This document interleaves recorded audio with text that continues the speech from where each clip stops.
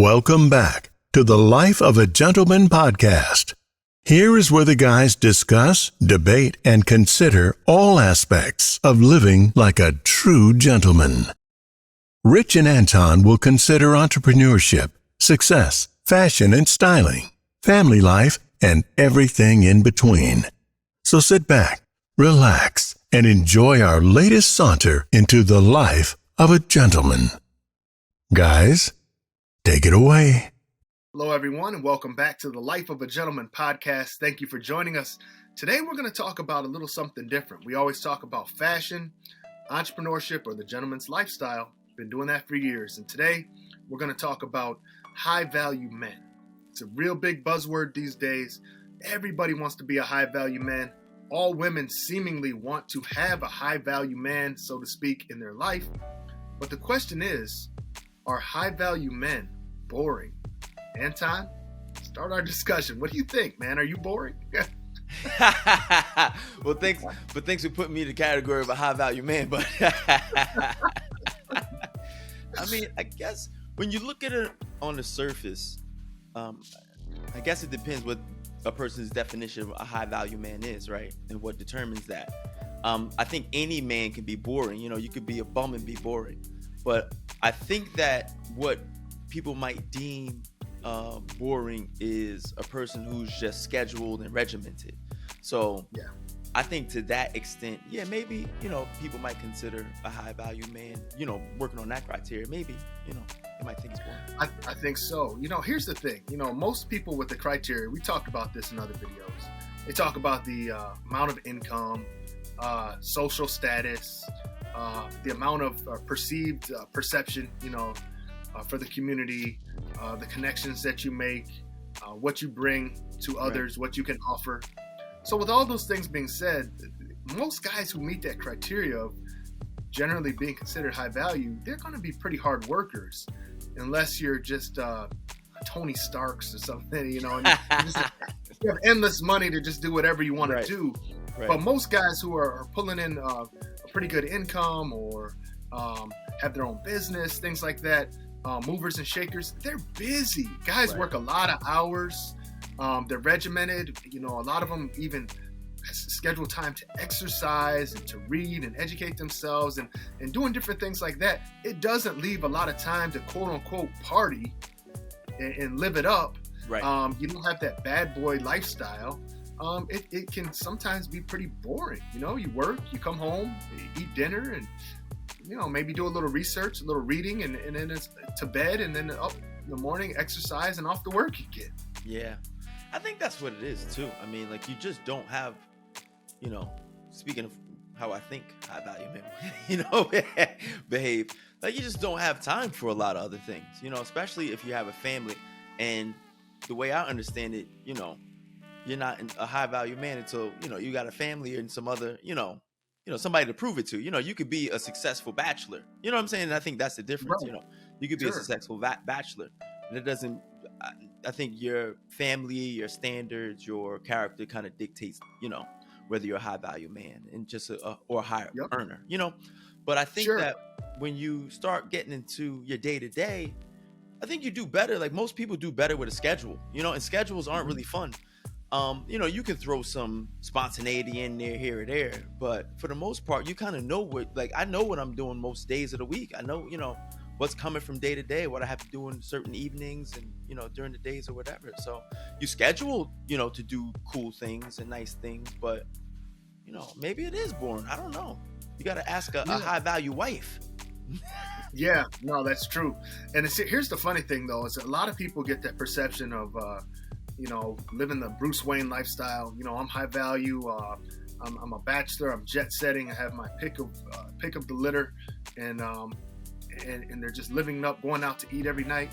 But really, you really realistically couldn't keep up that lifestyle for that long. You will burn out because you have to have rest. You have to eat properly. You can't go out and have drinks every night. It just doesn't make sense. You won't be able to perform at a high level. It's not sustainable. It's not sustainable. You know, to actually achieve all your goals is nearly impossible. But one of the things I like that you did say that I think makes a little sense is a lot of high value guys, I think what they have to do is schedule downtime. And a lot of people could say that sounds weak. Yeah. You schedule out, well, in 3 weeks, I'm going to clear my schedule. I'm not going to work. I'm not going to work on weekends, because there's a lot of guys that work weekends too. And you have to clear that schedule and say, no, I'm going to make some time to just unwind, kick back, have fun, maybe go to a big sporting event you've been wanting to go to, hang out with your boys, or do that weekend getaway with the wife. It has to be scheduled. Right. Right. And a lot of people would say that's kind of boring. It doesn't look like, hey, I'm living for Friday, and when Friday comes, I'm going to hit the town, I'm going to tear this place up, and you know, Chicago or Las Vegas is going to remember me. You know what I mean? You know what I mean? Paint the town red. Right. I mean, I find myself usually if I go on a trip out of town, a lot of times I'm taking work with me. I end up posting it on social media, and I have to end up meeting a client there. Yeah. Yeah. So that cuts into the fun, but at the same time, it's the nature of the business, and it's the nature of what we do as custom clothiers. For those that don't know, me and Anton both are custom clothiers, and so we're always meeting clients and stuff. And sometimes our schedule means we have to meet in evenings, and weekends, and we won't even get started with those trunk shows. That's all weekend. Yeah. And then weeks and weeks of prep before, Well, the funny thing about that, I'm going to kind of, I actually will go there. The funny thing is, I was out to eat with a friend, and he saw some of the things on Instagram that we've been doing, and how we're moving around the country and meeting with clients, and his mind's blown. He's, oh man, you guys are jet set, and you guys living it up, having a blast, and just thinking it's just a grand old time. We're just, just a couple, Tony Starks and Bruce Wayne combined, the Wonder Twins. It's not like that. It's a lot of work. It's not really what most would consider to be fun, because we're up 7, 8 o'clock setting up. A.M. on a weekend. In a cool city, that we'd love to explore. Yeah, that we don't get time to really see. No, so we're working with clients until 6:30, sometimes 7 p.m. Right. That's almost a 12-hour day in itself, and then we go get dinner, which is the highlight of our day. That's it. That's a high value man's evening. Going to get a nice dinner at a nice place. That's about it. And then we come back and call it a night, and got to get up and do the whole thing again the next day over again. So it's not as glamorous really as it looks. And it's funny when people see things on Instagram, they see the glamour, they see us with clients, and see us making maybe some kind of collaborations or having those dinners and out to eat, and they think, man, those guys are living it up. And they don't know how tired we are, working 11, 12-hour days, meeting with clients as servants. This is a service-based industry on top of everything else. Yeah. So everything's predicated on we're serving others. And a lot of people don't get that. Yeah, I think that's what's not seen a lot of times. Within all that boredom that might encompass what happens later on, there's a lot of work that happens in between. Like we're always talking and emailing, texting, about things and strategies, and things come up with customers, all kinds of things. So we're constantly working. Yeah. There's no time on doing this kind of business. So it's a lot of work. It's a lot of work, and then you have to mix in all your other obligations. Even some of your more important obligations have to be on top of it. So there's a lot to consider. It's not just I'm not saying that anything looks super fantastic about what we're doing, but when people see what they perceive to be what a high value man is, and it just looks like what it looks like on Instagram, nobody sees whatever the work is behind it. Yeah, and I think that's true. And even for those that are just maybe not in a Instagrammable, if that's a word, Instagrammable field. Let's say you're a lawyer, let's say you're an accountant, let's say you're a money manager, things like that. You can't really post those things. No. People know, might see you on LinkedIn, and they say, man, this guy, he's had a nice corporate job. He's doing well for himself. Looks like he's got himself together, got a home, maybe a vacation home at the lake or up north, something like that. what he's doing day to day is not very exciting. I mean, let's just be honest. A lot of those professions we mentioned, there's not a lot of excitement to it. There's not a lot of adrenaline rush. And so a lot of people get this high value lifestyle confused with being James Bond. Yeah, jet setting. Yeah. And that's more fantasy than reality. One of the things that I think another thing that people don't realize too is the amount of rest that you need. It's like you're constantly, like, there's times when your brain's at work. You get what I'm saying? When you work with your brain. Yeah, like you check out. Yeah, and that's the difficulty, finding that balance. You're trying to accomplish a whole lot of things, and you got all kind of things you're trying to implement, and then you're just thinking, Yeah. So it's a lot. So you got to be able to decompress a little bit. But I think, again, that's the things that people don't see, that, what makes it difficult, I think. And that when you do have some time to just not have to be on, you don't have to be on. Yeah, exactly. I saw a quote on Instagram a while ago. I've seen it come up from time to time. It says, if you want to be with a successful man, you have to understand, I'm butchering the phrase, but if you want to be with a successful man, you have to understand he's a busy man and he might not have all the time in the world for you.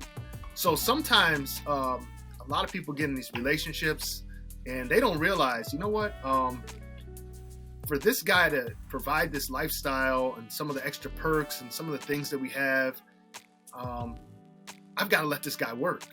Yeah. You know what I mean? And that means he may not be home at 5:00 and, mowing the grass and doing some of the, he's going to get it all done, but it's not like all the time he's going to be there. There's sometimes, even with us, sometimes our wives, shout out to them, they allow us to go travel and meet with clientele across the country that we have and foster those relationships. So we're away from the family. That puts something on them. We have to then come back and then, spend more time with them to let them know we appreciate it. You know what I mean?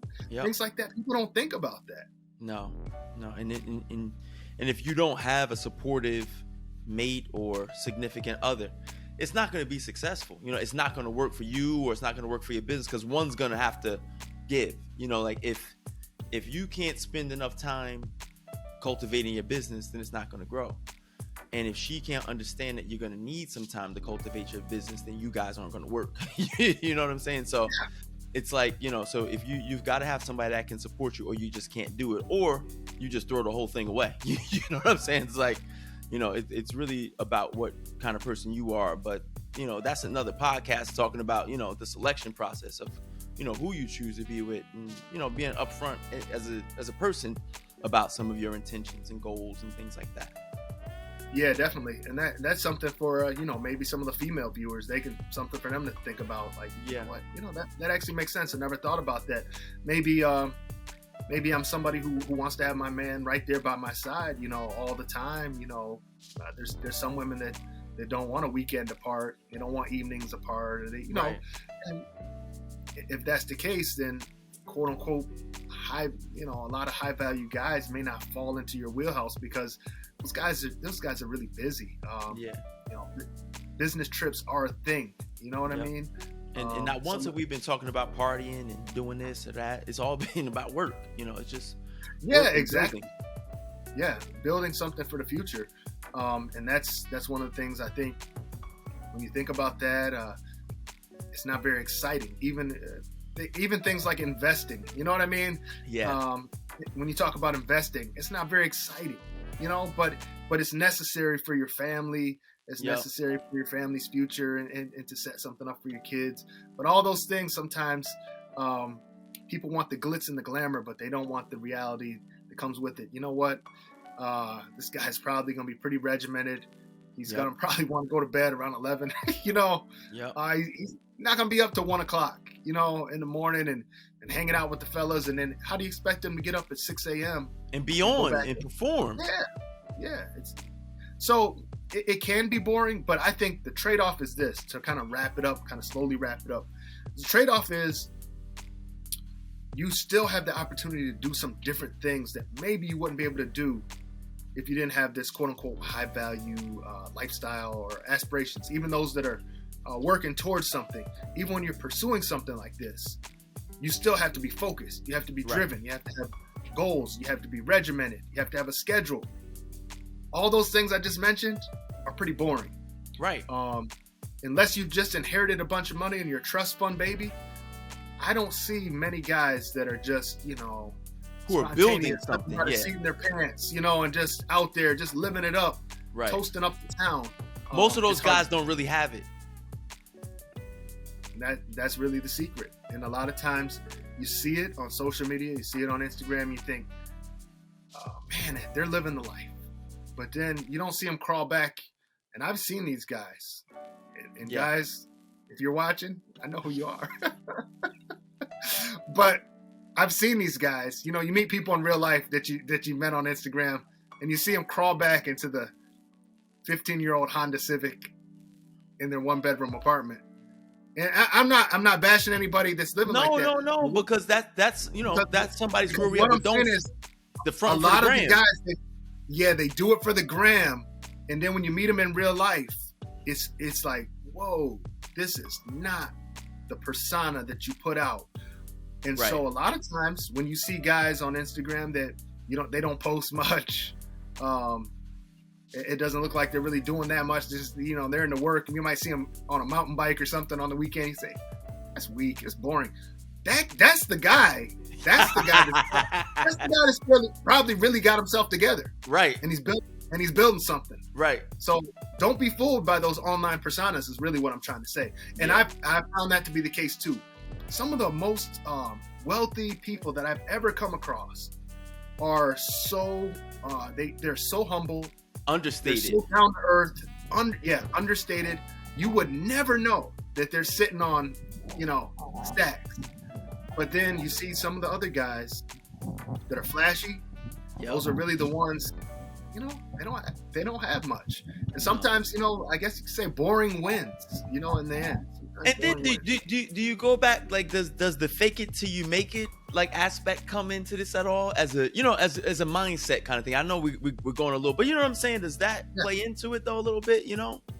I think we need to make that for part 2. No, I think so too. Yeah. Fake it till you make it. Is that worth it? Is it advantageous, or are you going to end up getting burned because you'll get exposed? Right. So don't sleep on the boring guys out there.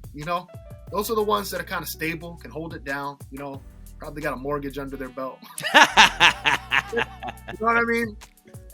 Let us know what you think. Whole life policy, right? Whole life is strong. Whole life policy. Something happens to them, they got you covered. They got you. And those all those things right there. The 007 wannabe guys. They don't have a life insurance policy. They don't know the difference between term and whole life. Sometimes the boring guys are the ones you want to think about, and maybe what you want to aspire to be, guys that are watching. Let us know what you think. Are high value men boring? Is any of this making any sense? And then we'll get into that, Anton. I think that'd be great for maybe a follow-up episode. Fake it till you make it. Is that advantageous or not? Right. So we'd love to know what you guys think. And of course, don't forget to watch our Unstitched episodes where we battle it out and talk about fashion, lifestyle, and we let our hair down a little bit, have a lot more fun. But we also want to have these conversations as well that are thought-provoking. So hope you enjoyed it. And until next time, guys, take care.